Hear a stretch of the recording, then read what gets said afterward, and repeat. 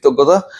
খুবই গুরুত্বপূর্ণ একটা আলোচনা গতকাল রাত থেকে, মানে ঈদের মধ্যেও আসলে বাংলাদেশ ক্রিকেট বোর্ড বা ক্রিকেট বোর্ডে যারা বিভিন্ন সময় কাজ করেছেন, সম্প্রতি কাজ করেছেন, তাদের চুলকানি শেষ হয় না। সাকিব তামিমকে আলোচনায় এনে হলেও দুজন ক্রিকেটার যারা বাংলাদেশের এই মুহূর্তে ক্রিকেটীয় বাস্তবতায় অনেকটা মিউট সিচুয়েশনে রয়েছেন, তাদেরকে আলোচনায় এনে হলেও নিজেদের যে দায় মুক্তি সেটা ইনশোর করার চেষ্টা। দেখুন, নাসুম আহমেদের চর কাণ্ড, থাপ্পড় কাণ্ড নিয়ে আমরা সবাই জানি যে ঘটনাটা ঘটেছে। সেই ঘটনা ঘটেছিল এখন থেকে প্রায় বছর দুয়েক আগে, এবং সেই পার্টিকুলার ঘটনাকে কেন্দ্র করে যে তদন্ত রিপোর্ট দেওয়া হয়েছিল সেটাও এখন থেকে প্রায় 6 মাস 7 মাস আগে, 1 বছর আগে। সেই রিপোর্ট গতকাল পার্টিকুলার কয়েকটা গণমাধ্যমে ফাঁস করা হয়েছে। সেই রিপোর্ট প্রদানকারী কমিটি বা সেই তদন্তকারী যে স্পেশাল কমিটি রয়েছে, সেই কমিটির সদস্য ছিলেন মাহবুব আনাম, সেই কমিটির সদস্য ছিলেন আকরাম খান এবং এনায়েত হোসেন সিরাজ। সিরাজ ভাই পৃথিবীর কোন জায়গায় আছেন এখন খুব বেশি মানুষ এটা জানে না পট পরিবর্তনের পরে। মাহবুব আনাম তিনি নিজে এগুলো থেকে দৌড়ের উপর, কারণ হচ্ছে এই রিপোর্ট কেন্দ্র করে তাকে যে ধরনের প্রশ্ন করা হয়, তিনি এই রিপোর্ট ফাঁস করবেন এরকম তার গাটস এই মুহূর্তে নাই।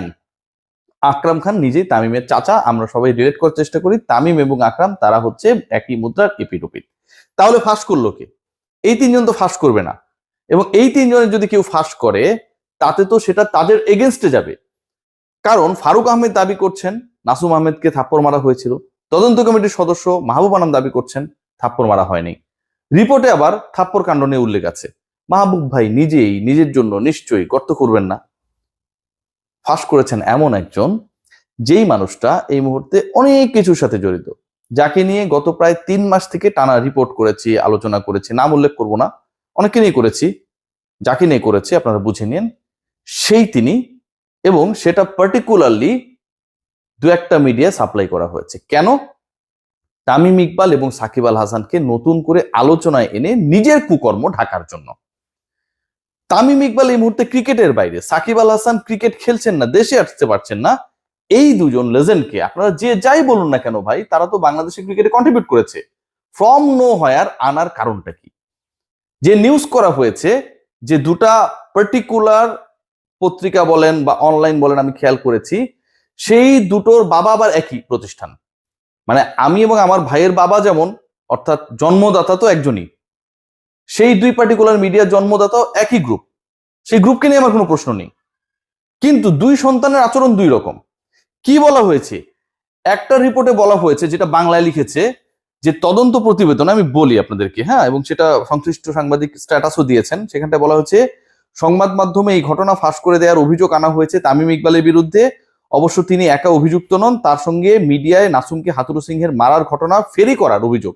খুব দারুণ একটা ওয়ার্ড ইউজ করার পর, লিখার পর খুব তৃপ্তি পাচ্ছিলেন সেই রিপোর্টার, আই থিঙ্ক সো। ফেরি করার অভিযোগ আনা হয়েছে জালাল ইউনুসের বিরুদ্ধেও। তারা দুজনই হাতুরু সিংহের বরখাস্তের পথ তৈরি করতে তথ্য ফাঁস করেছেন বলে লেখা হয়েছে তদন্ত প্রতিবেদনে। লাস্ট শব্দ, তদন্ত প্রতিবেদনে এটা লিখা হয়েছে। তদন্ত প্রতিবেদন লিখে কারা? যারা তদন্ত করেন। এই অভিযোগ আনা হয়েছে মানে সেই তদন্ত যারা করেন তারা অভিযোগটা এনেছেন। অথচ তামিমের ইস্যুতে যে তামিম অথবা জালাল ভাই তারা দুজন এই তথ্যগুলো, হাতুরা সিং নাসুমকে মারছে, এই তথ্যগুলো মিডিয়ায় ফাঁস করতে পারেন এরকম কোনো প্রমাণ তদন্ত কমিটি পায় নাই। কোনো তদন্ত কমিটি এরকম তথ্য প্রমাণ পায়নি। বরং তদন্ত কমিটির কাছে যে 13, 14, 15, 16 জন সাক্ষ্য দিয়েছেন, যারা সাক্ষ্য দিয়েছেন সাকিবও দিয়েছেন, তামিমও দিয়েছেন।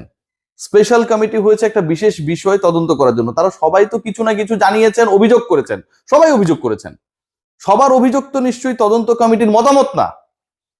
তামিমও সাকিবের সম্পর্কে অভিযোগ করতে পারেন, সাকিবও তামিমের সম্পর্কে অভিযোগ করতে পারেন, কিন্তু সেটা তো ফাইন্ডিংস না।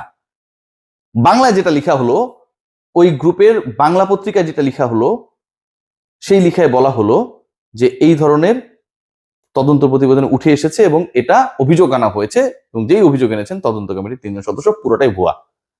এই 3 সদস্যের কাছে সাকিব আল হাসান মনে করেছেন যে তথ্য ফাঁস করার সাথে তামিম ইকবাল জড়িত থাকতে পারেন, জালাল ইউনুসও জড়িত থাকতে পারেন।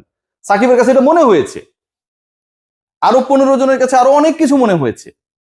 তার মানে এটা তো তদন্ত রিপোর্টে ফাইন্ডিংস না। কেন এই জিনিসটাকে এইভাবে ছড়ানো হলো? একই হাউসের যে ইংলিশ ডেইলি, তারা যে রিপোর্টটা করেছে, তারা আবার প্রপার রিপোর্ট করেছে।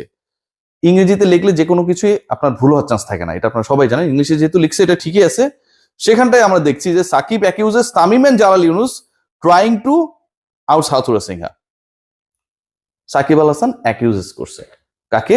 তামিম এবং জালাল ইউনুসকে, যে তারা হাতুরু সিনহাকে সরানোর জন্য একটা চক্রান্ত করছে। মানে হাতুরু সিনহাকে সরানোর ক্ষেত্রে জালাল ইউনুস এবং তামিম ইকবালের একটা রোল ছিল। এই তো সহজ হিসাব করলে।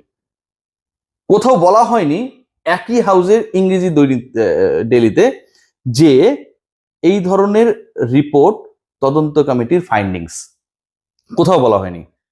বরং সাকিব আল হাসান তদন্ত কমিটির কাছে কি বলেছে সেটা বলা হয়েছে ইংলিশে। বাংলায় বলা হয়েছে, বাংলায় যিনি লিখেছেন তিনি ইংলিশ হয়তো একটু কম বুঝেন বা পারেন, তিনি যেটা বললেন তদন্ত কমিটিরই ফাইন্ডিংস নাকি এটা। পরবর্তীতে সেটা আবার হচ্ছে নিজেই আবার এডিট করা হয়েছে। আমরা অনেক ভাই ছোট রিপোর্টার ভুলভাল করি, এরকম অনেক আলোচনা হয় এদিকে সেদিকে, চিপায় চাপায় বাথরুমের আশেপাশে, ঠিক আছে, একে ওকে কানে ফুসফুস করে অনেক কিছু বলে, আমরা জানি কারা এইসব বলে। আপনারা কি কামটা করলেন তাহলে বলেন ভাই? আপনাদের সাথে কি এটা যায়? একটা রিপোর্ট আপনি পড়ে দেখবেন না? একটা রিপোর্টে 1000 জন সাক্ষ্য দিতে পারে, স্যাম্পল সাইজ 5000 হইতে পারে, সেটা তো ফাইন্ডিংস না। Findings is a different thing, যেটা ওই পার্টিকুলার কমিটি আলটিমেটলি সবার সাক্ষ্য গ্রহণ করার পর ইনপুট হিসেবে দেবে। ফাইন্ডিংসে কোথাও সাকিব তামিমের এই ধরনের কোনো ইস্যু নেই, কিন্তু রিপোর্টে বলা হলো সাকিব, তামিম, স্পেশালি তামিম ইকবাল এবং জালাল ইউনুস, তাদের বিরুদ্ধে তদন্ত কমিটি এই তথ্য খুঁজে পেয়েছে যে তারা নাসুমের চরকাণ্ড মিডিয়ায় ফাঁস করে দেন। এই যে নির্লজ্জ মিথ্যাচার, সাকিবকে জড়িয়ে, তামিমকে জড়িয়ে, এক্স ক্রিক অপস চেয়ারম্যান জালাল ইউনুসকে জড়িয়ে, এটা মানেটা কি?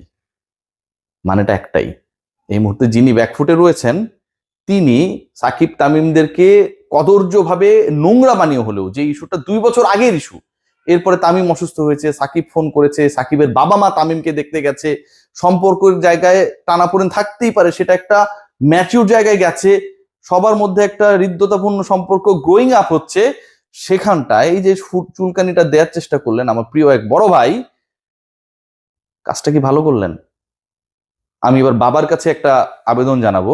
বাবা বলতে ওই 2 পার্টিকুলার যে মিডিয়া রয়েছে তাদের প্রতিষ্ঠাতা যে গ্রুপ বা যে গ্রুপের আন্ডারে, এগুলোর একটু দেখেন ভাই, এটাতে আপনাদের ইমেজ নষ্ট হচ্ছে।